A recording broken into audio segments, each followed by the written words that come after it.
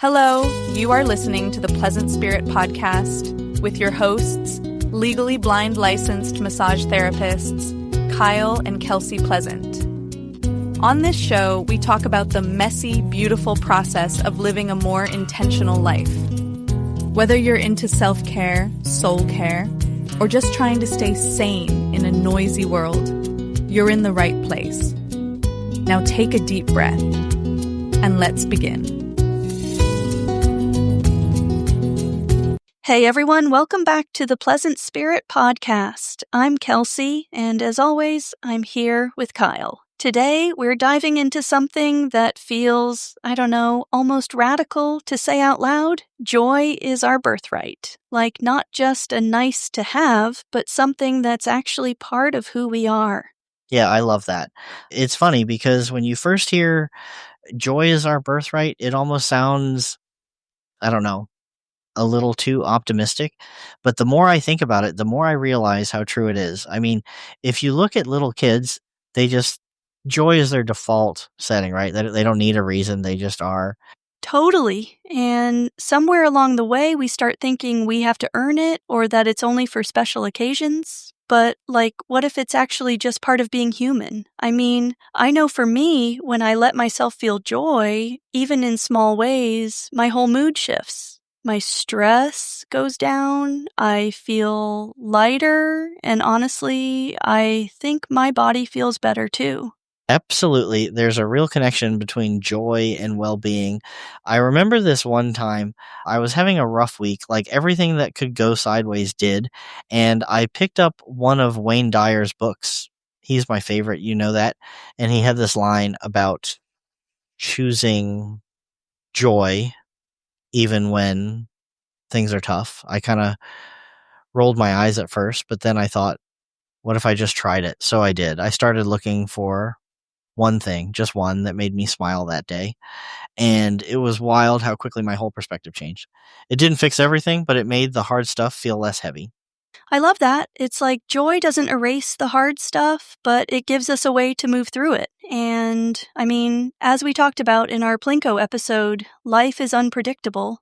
But if joy is our birthright, then maybe it's always there, even when things are bumpy. Yeah. And I think sometimes we make joy this big, dramatic thing, like it has to be fireworks or a vacation or something. But honestly, it's in the little stuff. Like for me, it's that first glass of sweet tea in the afternoon, or when I get to walk outside and just feel the sun on my face. Oh, totally. Okay, so I have to share this. Last week, I was at Starbucks and I got my usual vanilla latte. Nothing fancy, just my regular order. But for some reason, that day, it tasted like, magic. I just sat there holding the cup and I felt this wave of happiness. It was so simple, but it was real joy. And I almost missed it because I was thinking about my to-do list and all the stuff I had to get done. That's such a good example. I think society kind of trains us to overlook those moments, right? Like we're supposed to be productive or serious or whatever. And if you're just sitting there enjoying your coffee, it can feel like you're wasting time. But maybe that's exactly what we need more of. Yeah, it's like joy doesn't have to be earned. It's not a reward for finishing your chores or being perfect. It's just there if we let ourselves notice it. And honestly, sometimes I have to remind myself that it's okay to just enjoy something for no reason. I still struggle with that, but I'm working on it. Same here. And I think especially for folks like us, legally blind, massage therapists, always adapting, finding those little sparks of joy in daily life is kind of essential. It keeps us going. So let's talk about how joy fits into self-care and spirituality.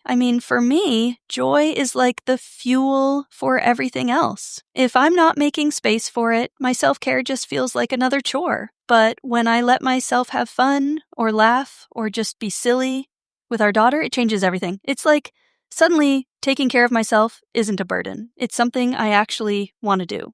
Yeah. And I think that's true for spiritual well being too.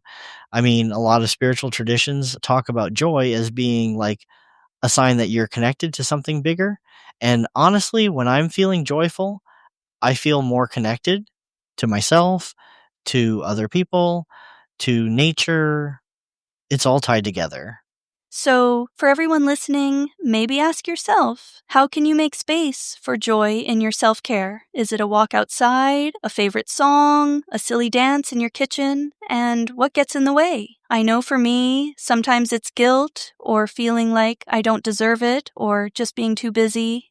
Yeah, and there are real barriers, but I've read some amazing things in mental health support groups. Like some organizations actually build joy-centered practices into their meetings. They start with gratitude or a funny story, or even just a moment to breathe and notice something good. It doesn't fix everything, but it helps people feel more human, more hopeful.